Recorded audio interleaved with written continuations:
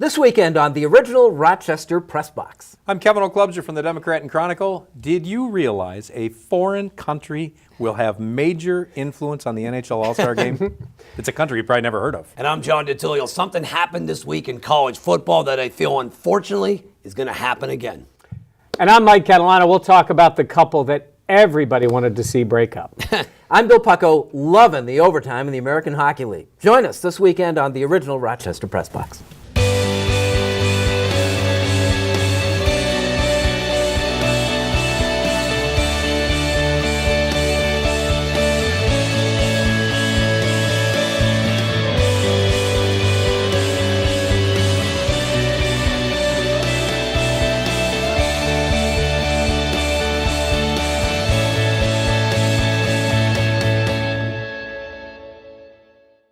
Hello, everyone, and welcome back into the original Rochester Press Box. Bill Pucko with you, joined by John DiTullio, Fox 1280 Sports. Billy, I just love being here. Thank you for having me. Mike Catalana, 13 WHAM News. Good to be back. Kevin Oklobzija, occupying seat number 4 this week, Democrat Chronicle hockey writer. I like this new set. We do too. Thank you very I like much. Kevin, look, is it true Sabres fans are booing this team when they win hockey games? Sometimes. Some are. I mean, some have embraced the tank, as they're saying.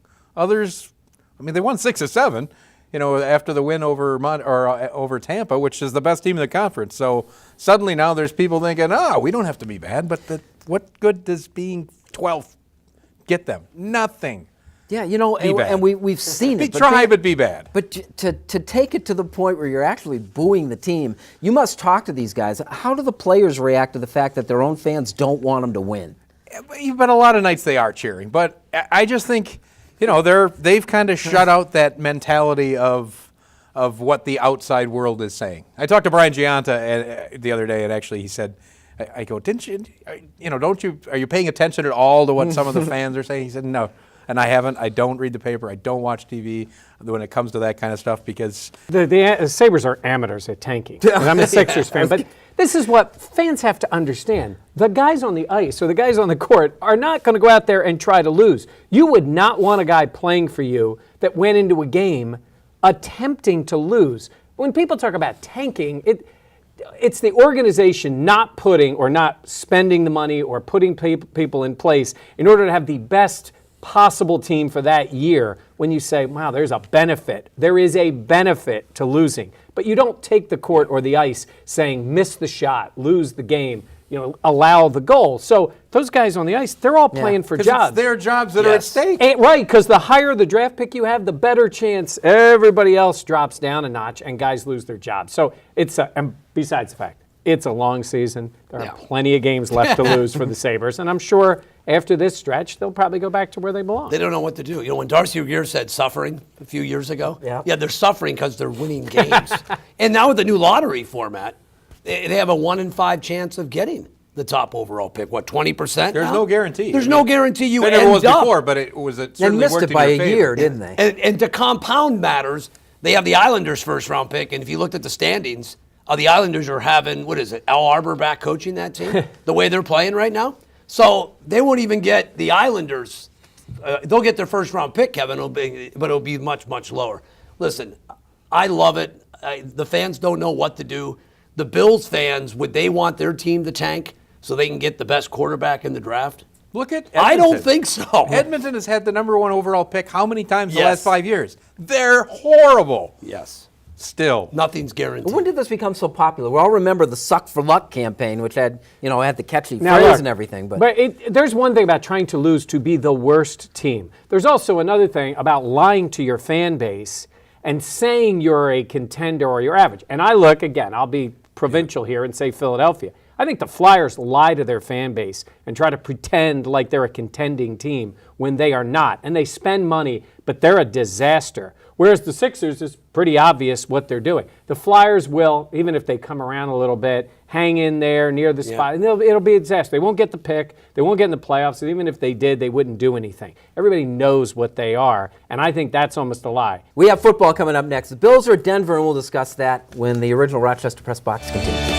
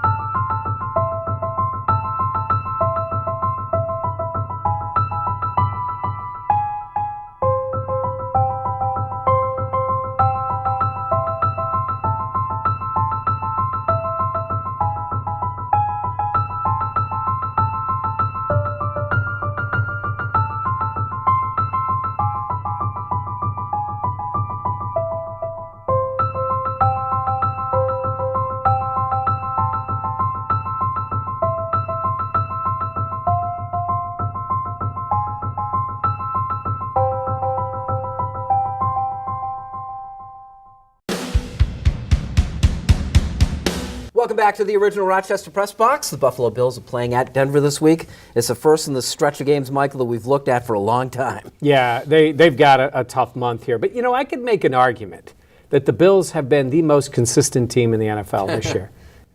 I'm not joking to say that. You look at what they are. They haven't had a bad loss all season. You say, they lost to the Texans, but the Texans are a 500 team. The other teams they lost to all have winning records. They've got a couple of nice wins, nothing spectacular. They've kind of played to their level all year long. The problem now for this last month is they have to play above their level, way above their level to get wins.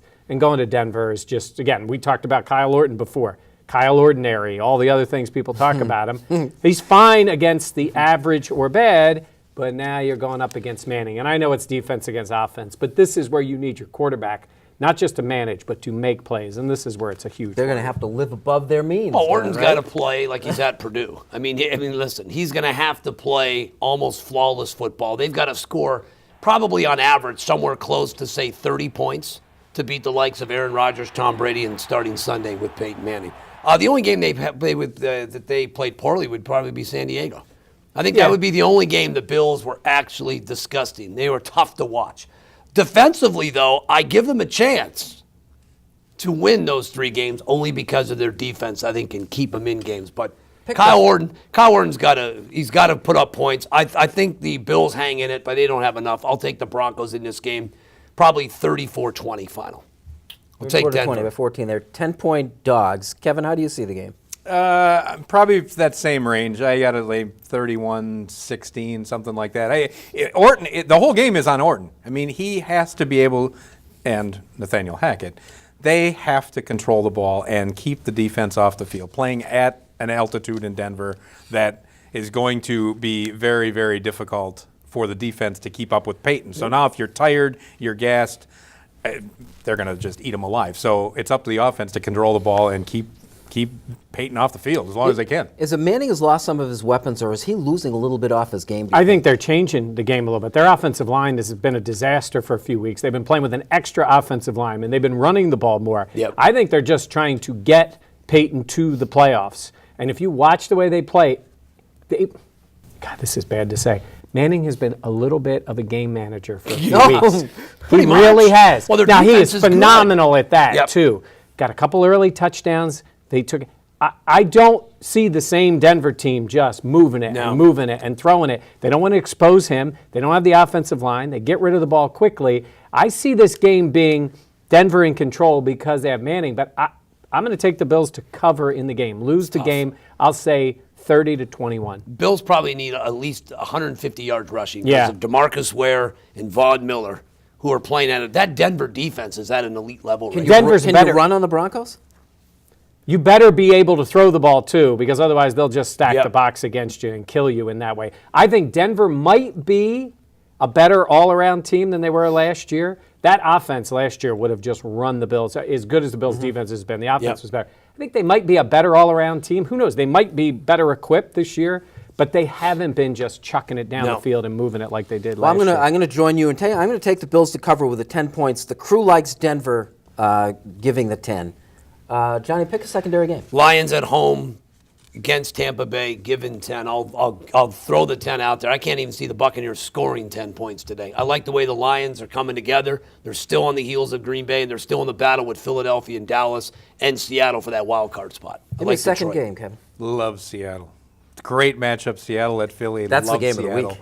They are just playing. They got that attitude back right now, and they're intent on proving we're back. We can get to the Super Bowl. At- Well, nobody ever at does. Philly, essentially, a Right. pick 'em game. You like Seattle. I love Seattle. Yeah, it's Because their interesting. D can do some Right. things to that quarterback. It's to make interesting it that look like when the we backup he came is. in, Kevin was rambling on about how Seattle was going to do whatever. Now, we know they're not a great road team. We know their defense is limited because, as good as they are in the front line, they've lost a lot of depth.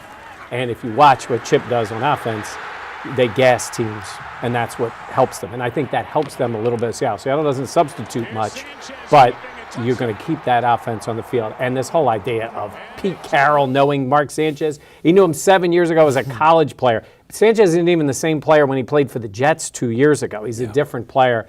and McCoy got going last week. I think it's going to be a great game. I think it's a close game. Eagles haven't lost at home in a year and a half this whole year, Nice. and last year in the regular season since the midway point. It's a close game, but I'll go with the Birds. So you guys are playing against each other. I like the game between the two teams that are trying not to make the playoffs. You got Kansas City playing at Arizona. These two teams are like racing down. I take the home field Cardinals. The crew likes the Rams giving 2.5 at the Redskins. Boy, the Washington Redskins. That's an amazing line. Let me know who's watching that game. Well, the Redskins get to see all those players that the Rams picked Yes. in the RG3 trade destroy Yeah. the Redskins' offense in this game. All righty, like it or not, win, lose, or lose.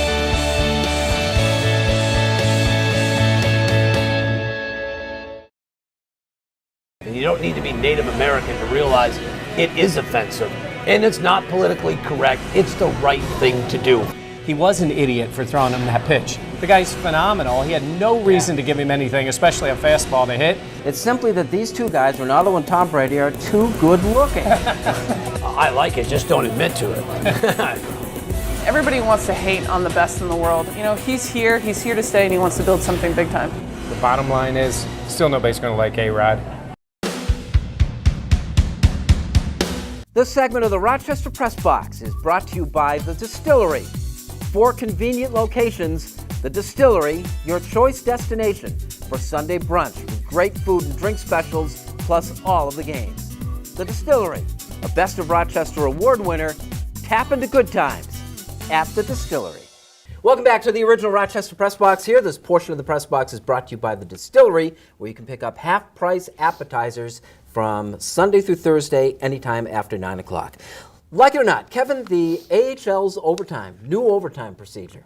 Like it? I love it. Love it. Well, explain what goes And I on. finally got to see it. Okay, so instead of 5 minutes, which is what the traditional overtime has been, they've gone to 7 minutes. The first 3 minutes of that overtime are 4-on-4, which is what it's been for many years now.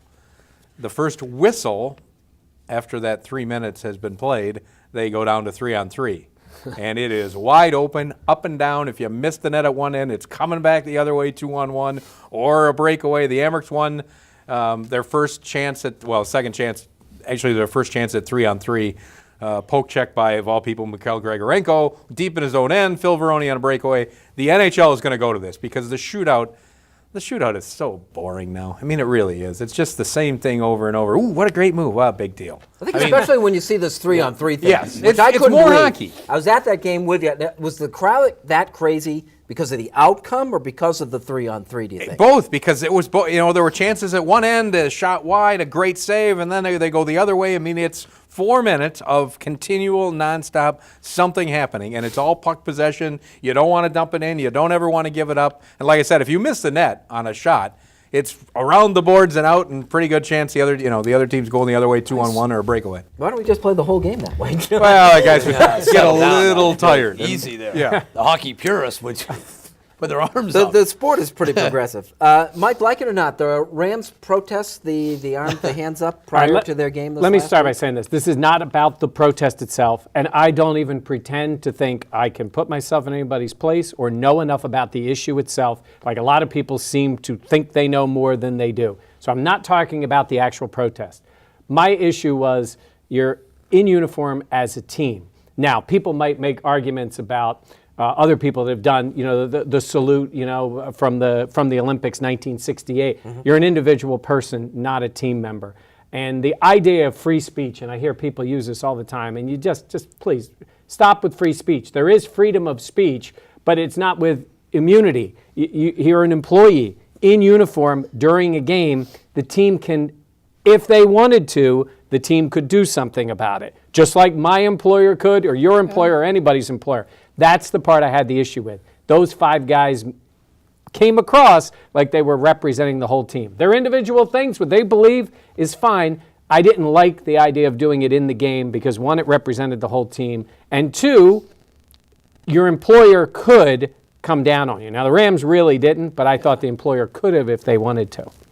What do you think? I don't have an issue with freedom of expression, which I didn't have listen, this is such a toxic, it's the biggest issue going in that area. And I think at least if they didn't run it by anybody, so be it. I think somebody in that organization, whether it's the Blues, whether it's the Rams, felt it to take it upon themselves to make a statement. I think they did, and I think they should be applauded for it. But wait a minute, They should be freedom applauded of for it. expression is fine, but That's you right. can't have freedom of expression without the possibility of your employer saying something. Then the Rams could have cut him. I'm not disagreeing with or that. sit him or whatever. I'm I don't saying have an is, but issue with the it. idea that people think you have the free, yes, you do. You do. You can say it. Freedom of speech protects you from arrest. Arrest, right, exactly. Nobody's going to arrest a guy No. for freedom. I just did not like the fact that they were in uniform in the game because, again, it's 5 guys and it becomes the Rams because they're the Rams. Nobody knows who any of the 5 guys are anyhow. I mean, let's be honest. The fact that they were out there on their own little island at the time, though, I thought separated them from the team. They took it upon themselves. They're in uniform, I get that, but I just thought it was right, and I'm their not saying the statement. Rams should have come down on them. I'm saying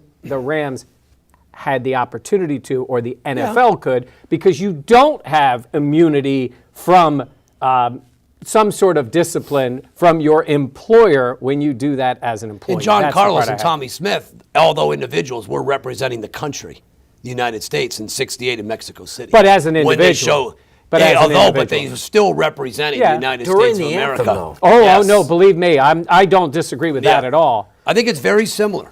Tommy Smith, John Carlos, what the Rams did on Sunday. Unfinished business when we return.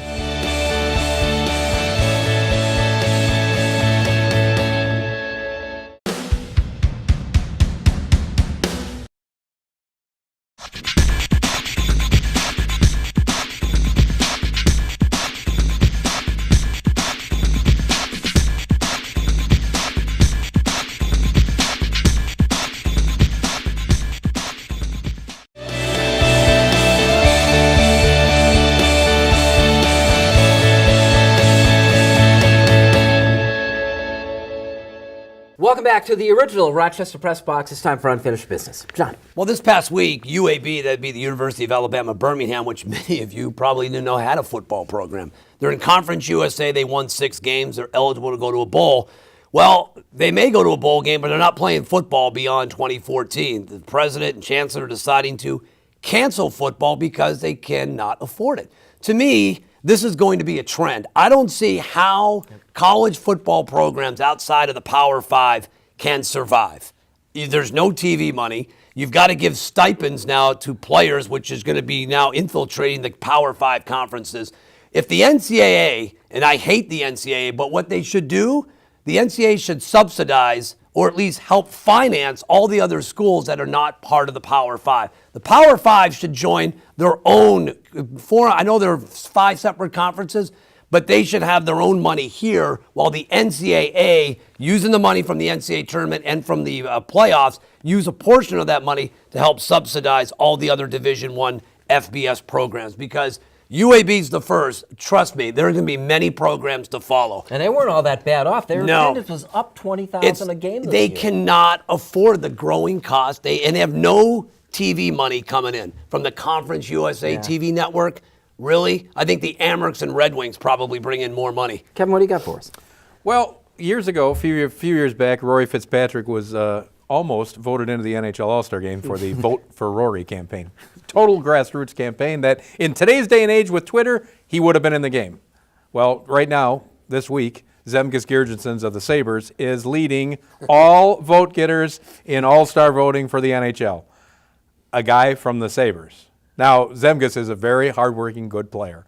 He's probably going to be a dominant player for the Sabres for the duration, but he's not Sidney Crosby. He's not Steven Stamkos. Ryan Callahan should have more votes, but I love it. This is the NHL wanted to expand. They wanted a footprint in Europe through the Olympic participation. They got it. The entire country of Latvia must be voting every day as soon as they get on their get to work. As soon as they sign on, they're voting Zemgus. Go Zemgus. Latvia, could you find it on a map? Could you find Latvia on a map quickly? Either one of you guys. No, I need some time.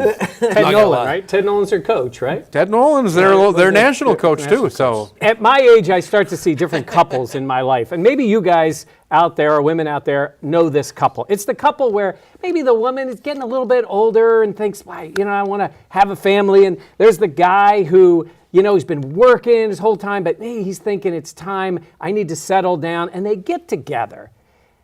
and they like each other, and it's just okay. And both sides, family, friends, always look at them and go, they just don't fit. That was the Bills in Toronto series. A couple that got together for different reasons. Maybe for the Bills, a little desperation to get some money. Maybe for Toronto to get their footprint in the NFL. And they got together and they stayed in the friend zone the entire time. It wasn't a good marriage. It wasn't a good match. No one seemed to like it on either sides. And now, because of Terry Pegula and because of issues in Toronto, they've finally broken up.